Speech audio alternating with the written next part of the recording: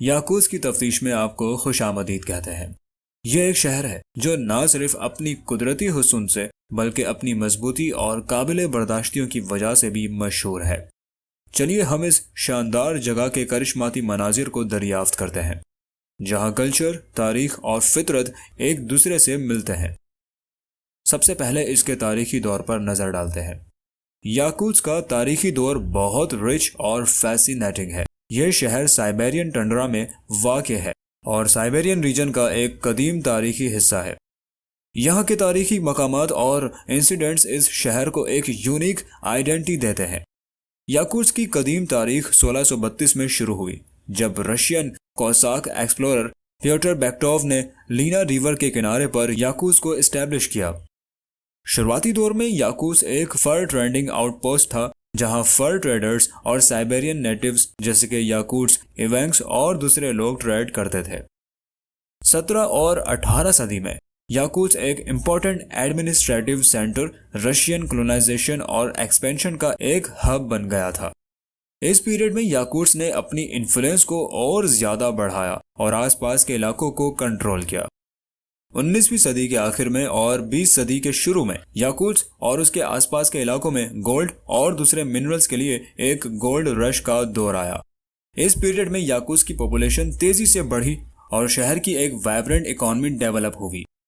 20ویں صدی کے درمیان تک یاکوتس سوویت یونین کا ایک اہم حصہ بن گیا تھا۔ انڈسٹریلائزیشن اور ڈیولپمنٹ کے دوران یاکوتس کا انفراسٹرکچر اور اربنائزیشن میں تیزی سے اضافہ ہوا۔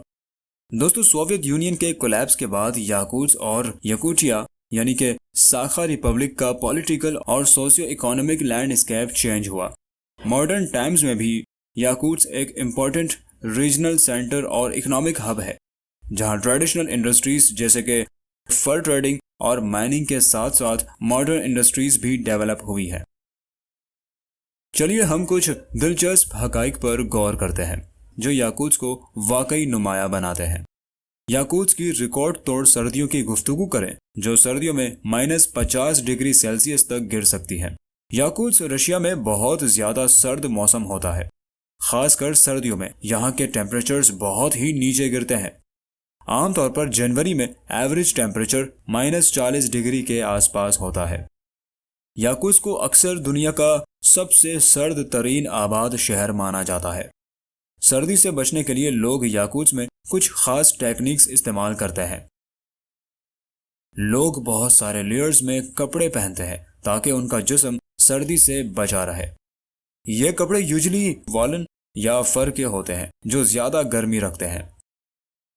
لوگ گرم اور ہیلدی کھانا پینا پسند کرتے ہیں تاکہ ان کا جسم گرم رہے اور انرجی لیول مینٹین رہے۔ لوگ ٹھنڈ سے بچنے کے لیے اسپیشلی ڈیزائنڈ اپکرن کا استعمال کرتے ہیں، جیسے کہ ساکس، گلوز اور کیپس وغیرہ۔ پبلک ٹرانسپورٹیشن میں اور گھر کے اندر لوگ ہیٹڈ سسٹم کا استعمال کرتے ہیں جو انہیں سردی سے بچاتا ہے۔ بلڈنگز میں انسولیشن اور ہیٹنگ سسٹم کا استعمال ہوتا ہے تاکہ لوگوں کو سردی سے بچایا جا سکے۔ یاکوتس کی ڈائمنڈ کی ڈسکوری کی کہانی ایک عجیب و غریب واقعہ ہے۔ 1950 میں ایک لوکل فارمر اپنی فارم میں کام کرتے ہوئے ڈائمنڈ کی چمک سے بھرے پتھر پائے جو اس کے ٹریکٹر کے پہیے سے چپک گئے تھے۔ اس ڈسکوری نے یاکوتس کی تقدیر بدل دی۔ سائنٹسٹ اور جیولوجسٹ نے جلد ہی اس ڈسکوری کو انویسٹیگیٹ کیا اور پتہ چلا کہ یاکوتس اور اس کے آس پاس زمین میں ڈائمنڈز موجود ہیں۔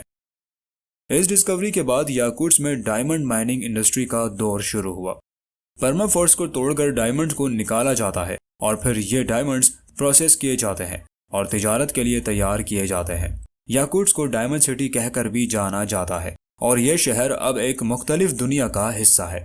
یاکوتس کا کلچر بہت رچ اور وائبرنٹ ہے، جو شہر کے یونیک جیوگرافک اور ہسٹوریکل بیک گراؤنڈ سے انفلوئنسڈ ہوتا ہے۔ یہاں کے لوگ اپنے ٹریڈیشنل ویلیوز، ریچولز اور فیسٹیولز کو اپنے دل سے سیلیبریٹ کرتے ہیں۔